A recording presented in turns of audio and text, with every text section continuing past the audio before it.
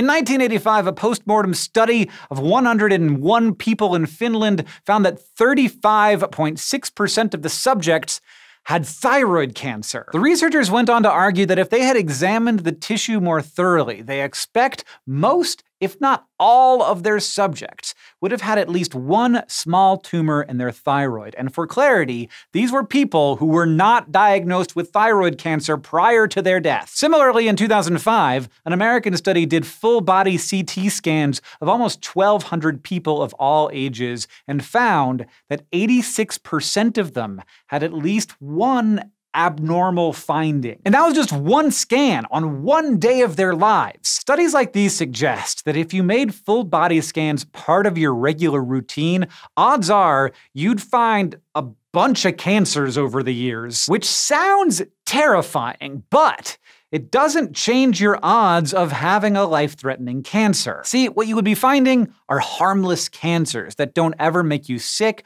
or even go away without treatment. So really what this is an indicator that our definition of cancer is just kind of crummy. Now, for a long time, cancer has been defined as any uncontrollable growth of cells in your body. And that definition worked super well back when the only way we could detect tumors was feeling around for weird lumps. But our ability to detect strange cell growths has improved immensely, especially over the past 50 years. In fact, our ability to scan the human body has progressed to the point where we can identify tiny abnormalities which may or may not be headed for malignancy, the ability to spread between tissues. And this is making many doctors reevaluate what cancers should really be considered cancer. The old school definition can encompass any wonky collection of cells in your body. But when a cancer isn't going to be malignant, treating it doesn't really prevent anything. And even malignancy isn't enough to make something worthy of being like a, quote, cancer,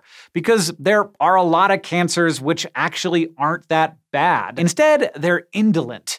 Even though they're malignant in the sense that they can spread between tissues, they spread so slowly that ultimately they don't cause symptoms. Some even regress or disappear all by themselves. Like the teeny tiny thyroid tumors found in that Finnish study, for example, those almost always stay small or go away. Only on rare occasions do they become problematic. And researchers report that depending on the organ, between 15 and 75% of diagnosed cancers are indolent, which means doctors have to ask which cancers are actually worth looking for. For decades, many have thought doctors should err on the side of caution by basically screening everyone for as many potentially dangerous cancers as often as they can. Because hey, it catches more cancers, and it's true that people who are diagnosed with early-stage cancer typically live longer. But screenings have also led to cancer overdiagnosis. And while the tumors in overdiagnosis are harmless, the diagnosis itself isn't, because people are understandably upset when they hear that they have cancer. They may end up taking medicine or undergoing surgeries they don't actually need,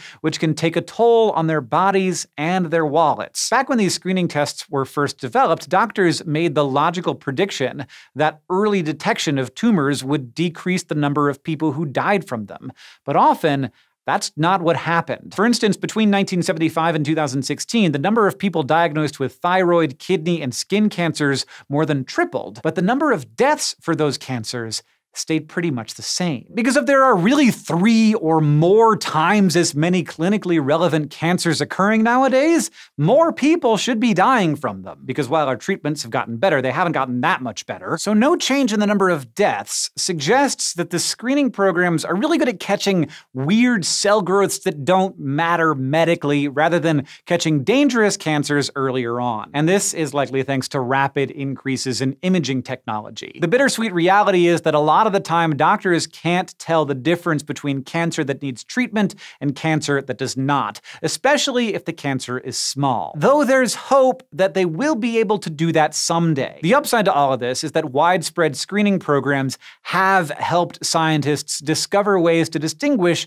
between dangerous malignant cancers and harmless ones. For example, with breast cancers, doctors can use molecular identifiers to determine if patients need chemotherapy. But that kind of fine-grained sorting isn't yet available for all cancers. So while scientists continue to search for diagnostic markers, doctors are trying to narrow down who should be screened when and how to minimize overdiagnosis. Also, they're trying to change how we talk about cancer. Some doctors think the term cancer should be reserved for tumors that are at the highest risk of becoming malignant or already are. Other overgrowths or abnormal cells should be called something else specific to their nature. And even malignant cancers that grow super slowly and therefore are unlikely to cause real harm, whether or not they're treated, could be rebranded as I.D.L.E disorders, I.D.L.E, indolent lesions of epithelial origin. But on the upside, until we redefine cancer in a more meaningful way, at least you always have an ironclad reason to get out of work.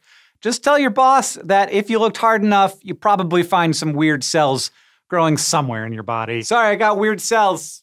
Gotta go home. Thanks for watching this episode. If you liked learning about cancer overdiagnosis, we also have an episode on why we haven't cured all the cancers yet, which you might like. Why don't you watch that one next? And if you like that one too, you should probably just subscribe to the channel because we have so many videos that are good. I promise. They're good.